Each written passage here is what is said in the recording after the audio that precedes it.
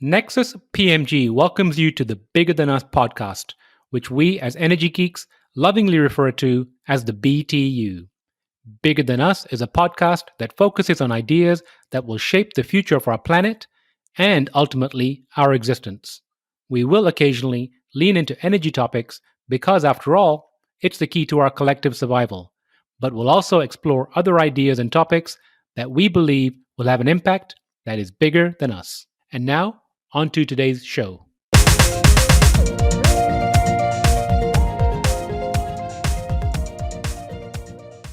Hello, and welcome to the Bigger Than Us podcast. I'm your host, Raj Daniels, and today I'd like to welcome Brandon Scott Barney to the show. Brandon is an American broadcast journalist and serial entrepreneur with a social conscience. Mr. Barney is a leading researcher on technological disruption and has advised government officials and corporate leaders from around the world on the impacts of emerging technologies. Brandon is working now to connect Silicon Beach to the new blue economy and the potential of seaweed to heal the sea, soil, and air. Brandon, how are you doing today? I'm so grateful to join you. I just got back from a walk, and it's a beautiful day in sunny Southern California, and I'm looking forward to our conversation. Brandon, I am too, and this may sound like a strange place to start, but how do you farm kelp? Well, nature does most of the work, to be honest with you. So we try to get our equipment, which is very sustainable, into position, and that's the most difficult part. Getting your kelp farm anchored in the ocean floor, or if it's floating, really requires a set of marine engineering skills and courage that is uncommon. It's a little bit different than fishing. The ocean is sort of a final frontier of sorts. It's less explored than many planets, and the energy in the ocean from the tides and the moon is extraordinary. And so that's the hard part. But once you get your seeded lines and you seed them on land in position, really you don't need any fertilizer, you don't need any water, you don't have to irrigate your kelp farm, and from there, you will visit it and make sure all of the equipment and everything is in good order. But the kelp really grows on its own, and it is a miracle plant. Our species, giant kelp, is the fastest growing photosynthesizing sort of organism. It's reported to grow 2 or 3 feet a day. I haven't seen it grow on our farm that fast. And they keep telling you, don't worry, it's coming, but it does grow extraordinarily fast. I mean, it's a kind of it's a miracle plant, I like to call it. It sounds like the bamboo of the water. Yes, it's exactly right. And in Asia, where kelp farming is done at a scale where you can literally take satellite photographs and see it from space, bamboo plays a special role in the sustainable drying of kelp, where bamboo poles are basically used to hold seaweed up as it air dries. I learned that recently, and I've been inspired, and we are looking to, as we continue to expand our future production, to embrace bamboo potentially as a way of teaming with seaweed to kind of reach a regenerative and sustainable future. And you mentioned seaweed. How is kelp different from seaweed? Kelp is a type of seaweed. They're used interchangeably by many people, and so that's very familiar, and you're not misspeaking if you use them. But if you talk to a seaweed scientist, or if you go to a seaweed research conference, you dig into it a little bit, and the kelps are mainly the brown, larger types of seaweed, whereas there are red and green types of seaweed, and they are not usually referred to as kelps. I'm laughing because you mentioned the Seaweed conference.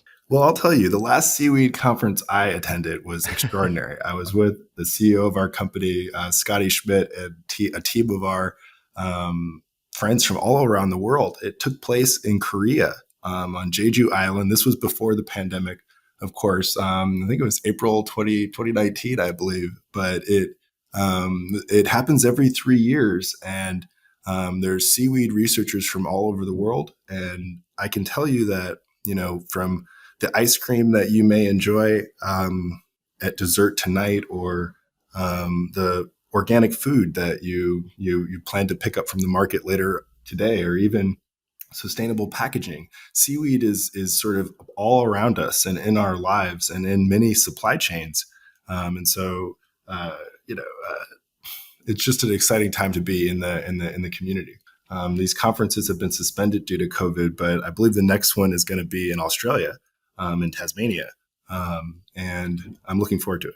And since we started speaking about kelp, can you give the audience an overview of Primary Ocean and your role at the organization? Yes. So Primary Ocean is one of the US's leading seaweed companies. We're very proud to say that. Founded 4 years ago, I co-founded the company with two of my best friends, Scotty and Brian Schmidt. We've been lucky and we've worked hard, and we are currently involved throughout the value chain, from cultivation to processing to marketing and sales of seaweed products, increasingly around the world. When we talked about kelp farming, that's what we're most well known for, because we're one of a group of companies and we're not alone. And our partners are very experienced companies, many of them from Europe or even Chile, other parts of the world. We're leading the commercialization piece, how to turn this kelp into valuable products that solve human problems. But our cultivation wing is very exciting because the prospect of really farming large amounts of the ocean in a clean and sustainable way to then take that rich superfood and do things with it that we need urgently in the soil to help regenerate the soil and improve yield and reduce the need for chemicals in our agriculture, or then to replace certain petrochemicals.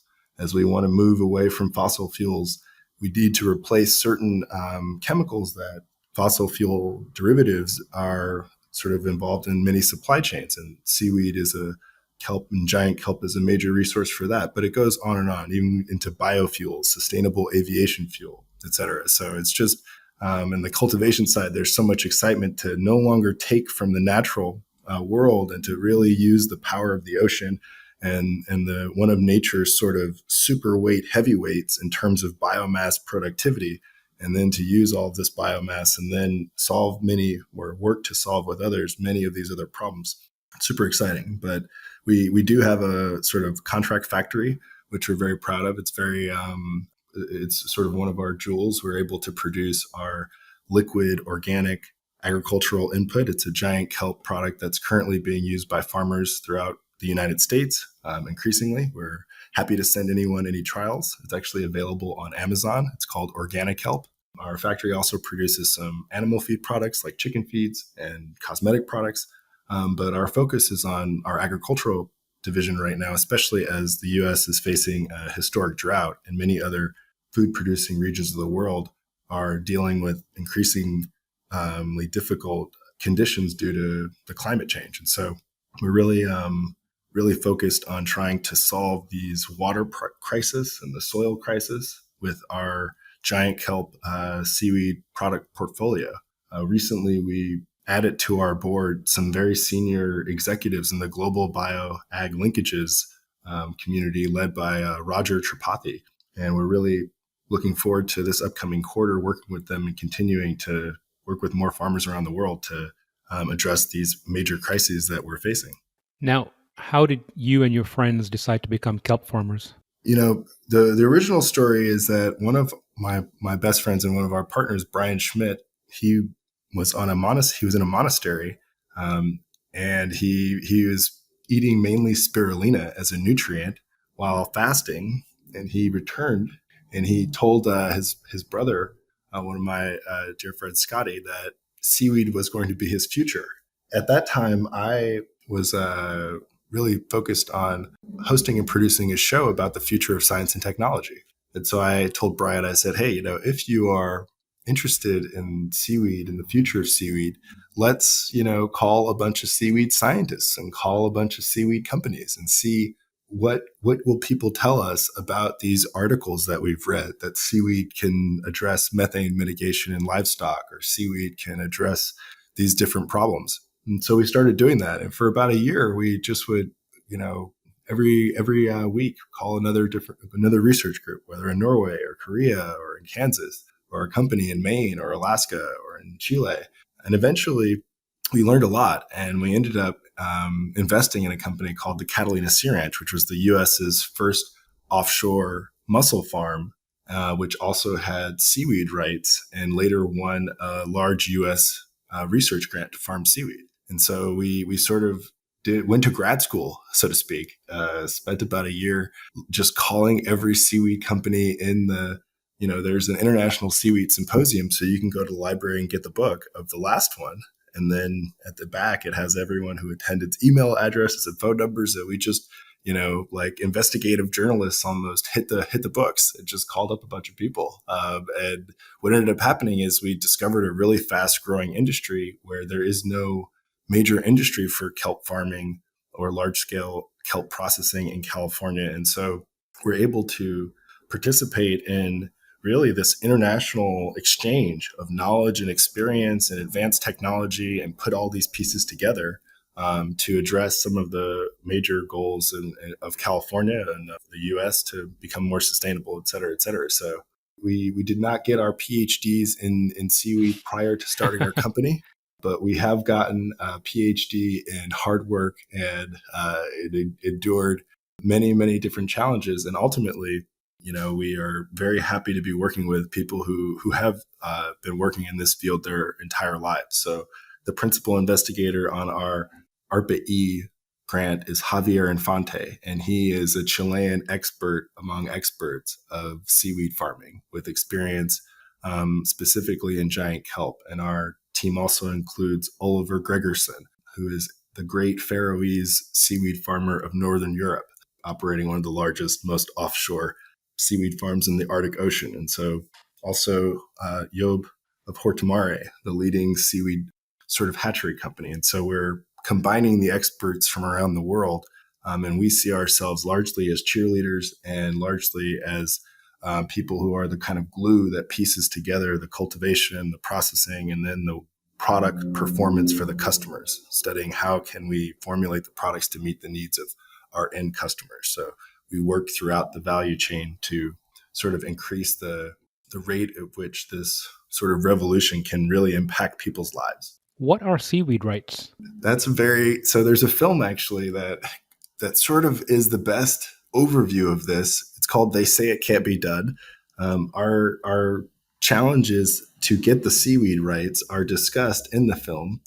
Essentially, the coast of the U.S. is governed by a variety of different organizations and institutions. So the Coast Guard and the California Coastal Commission and the Department of Fish and Wildlife and the U.S. Navy and the U.S. Army Corps of Engineers and many different organizations have a right to the water around the coast in some way, shape, or form.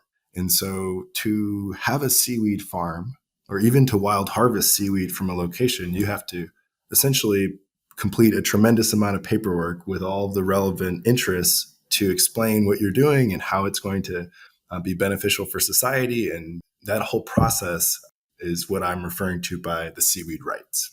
And how long does it take to get permission to farm seaweed or get seaweed rights? If you have to ask, the industry is not for you. How badly do you want these seaweed rights? That long, huh? Well, what I can say is that I could tell you something that I believe, but if it took longer than that, I would not want you to follow me. It's the kind of thing where, what we've learned is that when you're dealing with a democratic society, a big state like California in particular, there are a lot of interests. And we had hoped that California would expand the areas for, seaweed cultivation in a faster way. We're very optimistic that the recent news with respect to the governor and the president announcing the large offshore wind project in Northern California, the Navy has finally signed off on that will essentially, quote unquote, open up California waters to renewable energy projects and other renewable projects. We don't really see it as any particular group's fault or that there's any issue as we've become wise in the process. This is new and the people are curious and they want to know. And many of these technologies are in development or have been only recently possible through the amazing revolution of technology that we've all lived through. So, I've tried to become very patient as we are working our way through the regulatory process. And I'm very optimistic that that the permits for all of the projects that we've applied for and many of our sister projects and other research groups and companies will be approved. But currently there is a backlog. We welcome people to call their senator. I saw that California had a large surplus. I said, hey, let's increase the staffing perhaps maybe on a contract basis for a lot of the agencies that have been understaffed, just to help boost the economic development of the state. We've heard from regulators and different people in different offices that they wish that they had more help, that there's a lot of work. So we hope that California would lead, and that the United States would lead the world in the use of the ocean, because we have a lot of it. The government in our research group funds our research because the Department of Energy looked out and they said, wow, look at all this great ocean space.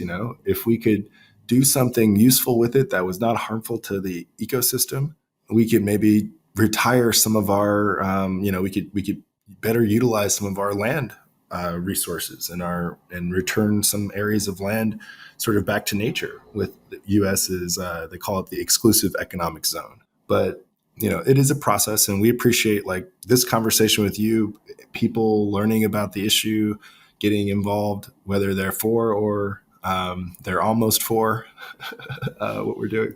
They're lukewarm. We hope to convince them. I have to tell you, one of the groups group we've been in discussions with very early is the fishing group.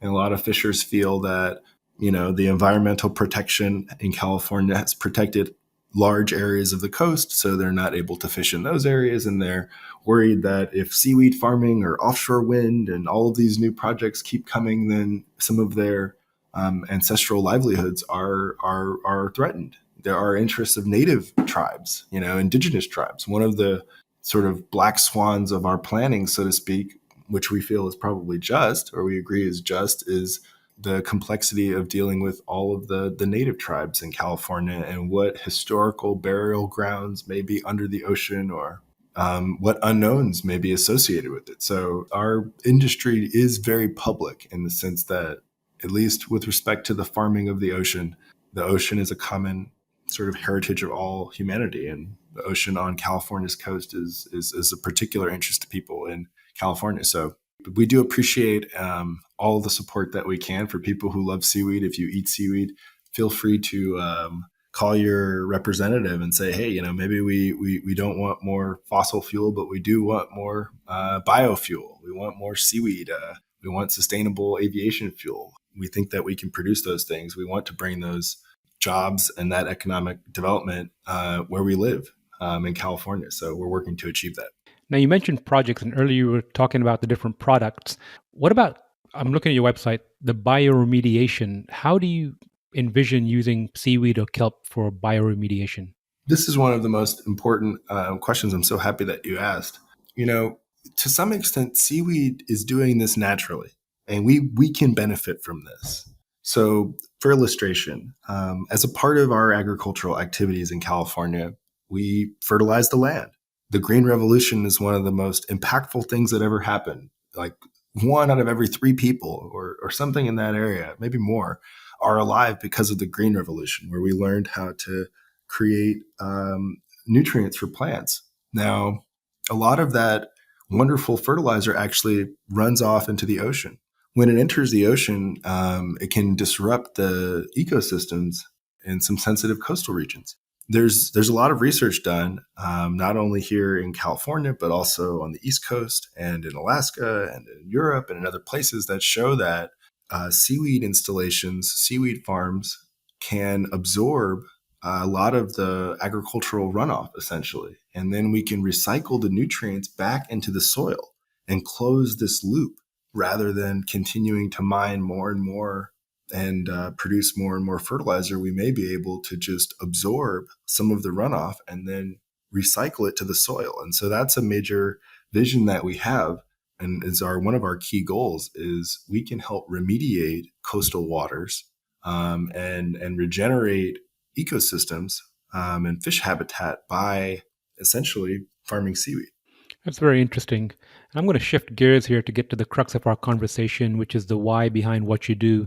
You mentioned your friend's brother, I believe, who was in the monastery, came and told you about seaweed. So you saw, potential opportunity there. Maybe part of it was an economic opportunity, but now you dedicated your life, or a small part of your life, last 4 years, towards farming kelp, seaweed.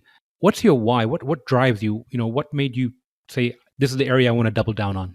Well, for me, what I read about, I'm just a kind of a somewhat of a bookish person. I grew up in the software sort of generation. My idols were Bill Gates and Steve Jobs, and I believe that software was the solution basically to many problems. And I still believe that. I think that we're still at the birth of the software revolution. I started to read in a lot of different journals that biology was also coming, and it was empowered by software. Now with bioinformatics, computers, lower cost microbiological tools, and refinements in our handling of sensitive biological materials, microscopes, and whatnot, there's going to be another revolution, and that maybe DNA was the original sort of software.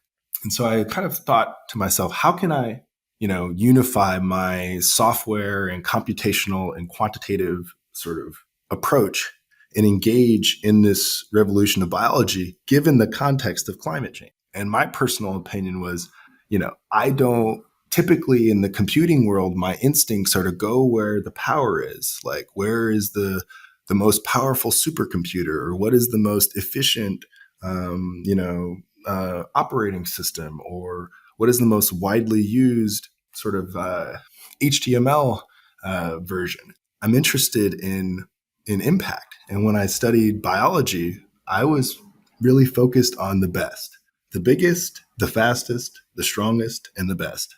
And what I found myself really concentrated on are what they call the primary producers. So in the ecosystem, microalgae, macroalgae, these things, along with land plants, are the basis of the entire ecosystem. They produce the biomass, which is then eaten by something and eaten by something else and eaten by something else. They are the solar cells of the biosphere, so to speak. And then within that, I said, which is the biggest and the baddest and the best? And giant kelp is that winner, actually. Among all the photosynthesizing organisms, it has the most productivity per area. And so that's kind of how I went through this process of selection. I said, what can be done with what can be done? How can you do it?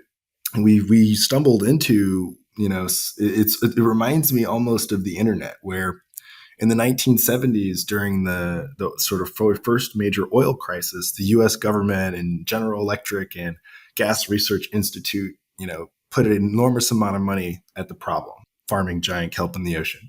And then it kind of goes sort of after 10 or 15 years, it kind of goes overseas, where in China, they really scale up their farming of a similar type of seaweed.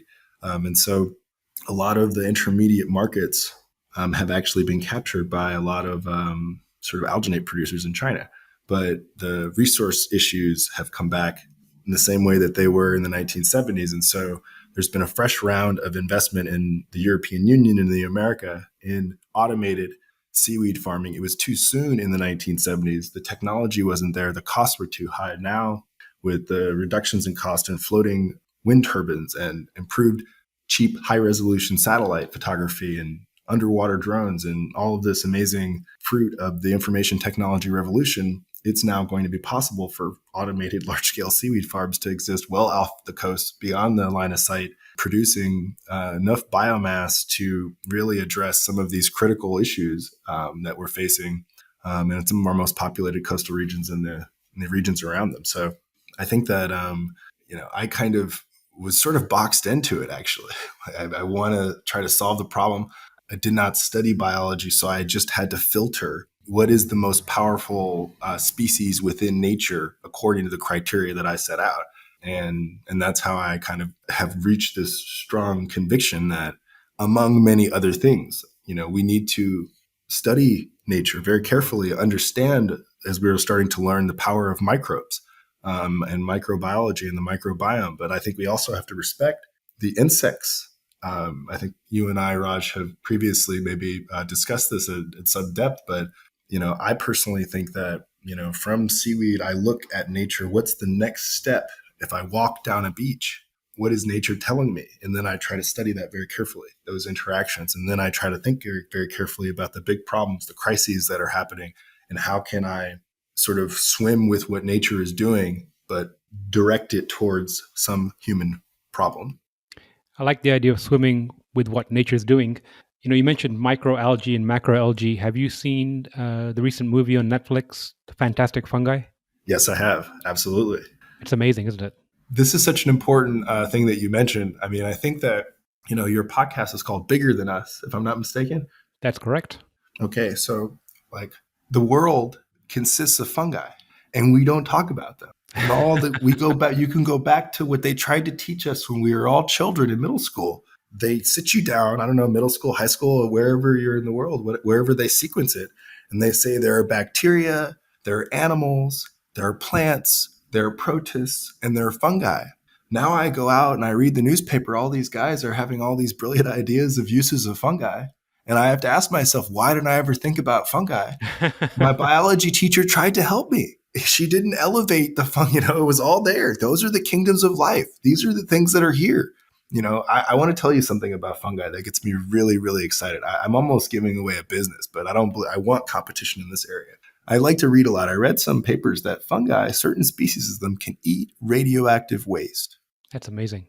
And I hear everyone's trying to make leather. I'm like, just wait till I finish this seaweed thing. I got a plan for fungi. We need to follow nature. They're the decomposers of nature. They are. So now, earlier you mentioned solving problems. So what's the most valuable lesson you've learned on your journey so far? The biggest problem is what the spiritual people are talking about. It's been inside myself. The reason why I have not achieved the goal is in part because I haven't yet figured out how to reach out to everyone. I haven't, I was talking to one of my friends, very devout Christian, and we were talking about, was Jesus serious when he said, love your enemies the way you love yourself? Now, my friend commented something that I didn't know, that Martin Luther King said, hey, if we just nonviolently go to jail and peacefully protest, we can change people's hearts. And I believe that he was right to some extent.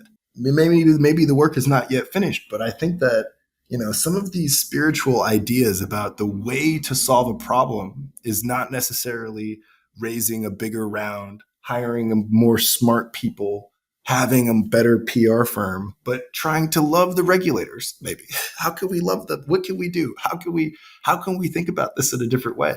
I only comment that in a lot of countries where I've seen the rapid expansion of the industry, some of our competitors, there's this very close coupling between the coastal people and the farmers and the processors and the government, and they're all together and they're all on the same team.